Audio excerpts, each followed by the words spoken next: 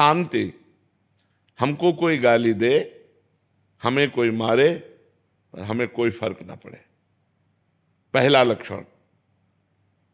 जब भगवान कपिल देव जी संत का लक्षण बताते हैं तो उसमें भगवान तितिक्षवा कारुणिका, पहला लक्षण तितिक्ष। तो इसमें शांति, इतनी बड़ी शांति तुम्हारे अंदर हो कि तुम्हारा अपमान हो, तुम्हें कोई मारे, तुम्हें कोई गाली दे, तुम्हारा हृदय उसके प्रति बुरा का करने का भाव न बना पावे, उसका मंगल सोचे कि भगवान इसको सद्बुद्धि दे, ये स्वस्थ रहे, इसको भगवान मंगल करे, कभी इसका मंगल ना हो। किसके प्रति? जो हमें मार रहा है, जो हमें गाली दे रहा है, जो हमारी निंदा कर रहा है, जो हमारा अपमान कर रहा है। शांति, इतनी बड़ी शांति होनी चाहिए, तब समझे कि हम भक्ति मार्ग में चल रहे हैं। अभी वो स्थिति को प्राप्त नहीं, स्थिति तो आगे वर्णन हो रही है। शांति अव्यर्थ कालत्वम, एक मिनट भी भगवान से अलग समय नहीं जाना चाहिए। तद विस्मरणेन परम व्याकुलते थी, भगवान का विस्मरण होते ही व्याकुलता पैदा हो जानी चाहिए। मैं कैसे भूल गया भगवान को? एक क्षण भी भगवान का चिंतन नहीं छूटना चाहिए। अगर छूट गया तो वो व्यर्थ समय चला गया। अव्यर्थ कालत्वम, व्यर्थ समय नहीं जाना चाहिए। ये अभी चलने की बात है। शांति अव्यर्थ कालत्वम, विरक्तिर, लोक परलोक के भोगों से वैराग्य, किसी के भी भोग भोगने की इच्छा नहीं। ये जो भक्ति का साधक है उसकी जो ऊंचाई होती है वो होती है विरक्तिर।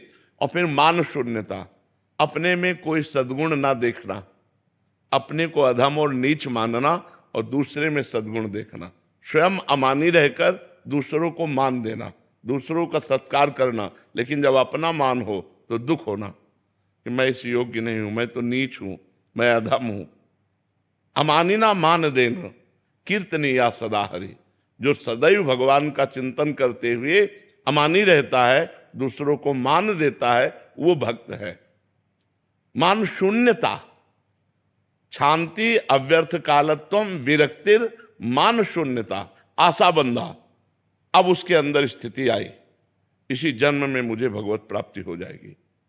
जब ये लक्षण आ गए तो ये लक्षण आ गया, स्थिति आ गई, आशा बंधा, इस जन्म में मुझे भगवान मिल जाएंगे, इस जन्म में मेरा काम हो गया, मेरी भगवत। जैसे अपने लोगों के हृदय में है, अभी थोड़ी कि भगवान दर्शन ने हमारा पता नहीं कल्याण हो कि ना हो, बिल्कुल अटैची लिए तैयार है, जब बुलाओ सरी छोड़ो बस गए। आशा बंधा, दृढ़ आशा हो जानी चाहिए कि इस जन्म में मेरा काम हो गया। क्योंकि शांति अव्यर्थ कालत्वम, विरक्ति, मान शून्यता, जब ये लक्षण आए तो एक महान स्थिति आ गई कि अब इस जन्म में मुझे भगवत साक्षात्कार हो जाएगा, मेरा काम हो गया। समुत्कंठा, हर समय एक आनंद, एक अद्भुत आनंद। जैसे हमसे पूछा किसी ने कि आपको कैसा आनंद लगता है, तो हम कहा पहली बात तो वाणी से बता ही नहीं सकते, क्योंकि किसी प्राकृतिक वस्तु के सुख को आप वाणी से नहीं बता सकते। जैसे आपको एक रसगुल्ला खवाया जाए, कैसा लगा? आप कहोगे मीठा। कैसा मीठा? बहुत मीठा। नहीं, बहुत मीठा कैसा? तो आप कहोगे खा के देख लो। इसके आगे आप नहीं वर्णन कर सकते। प्राकृतिक वस्तु के स्वाद को भी आप स्पष्ट वर्णन नहीं कर सकते, तो अप्राकृतिक भगवदानंद का आप वर्णन कैसे कर सकते हैं? तो हमने उदाहरण दिया कि जैसे नए लड़के को बहुत सुंदर लड़की जो बहुत अच्छी लगती हो और उससे ब्याह तय हो जाए तो उसको कैसा आनंद होगा? उससे करोड़ों गुना बनकर के हमारे हृदय में आनंद हर समय बना रहता है।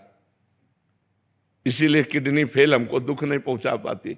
हर समय भगवद आनंद, समुत्कंठा, हर समय एक उत्कंठा भगवान से मिलन की, एक भगवान के चिंतन का अद्भुत आनंद। नाम गाने सदा रुचि, भगवान के नाम में इतनी रुचि हो गई कि त्रिभुवन की राज्य लक्ष्मी दे दी जाए तो भी नहीं छोड़ सकता।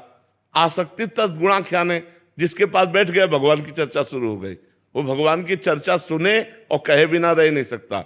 और प्रीति तद वसति स्थले, जो भगवान की अवतार लीलाएं हैं, जैसे अयोध्या है, मथुरा है, काशी है, द्वारिका है, वृंदावन है, इनमें उसकी प्रीति हो जाती है।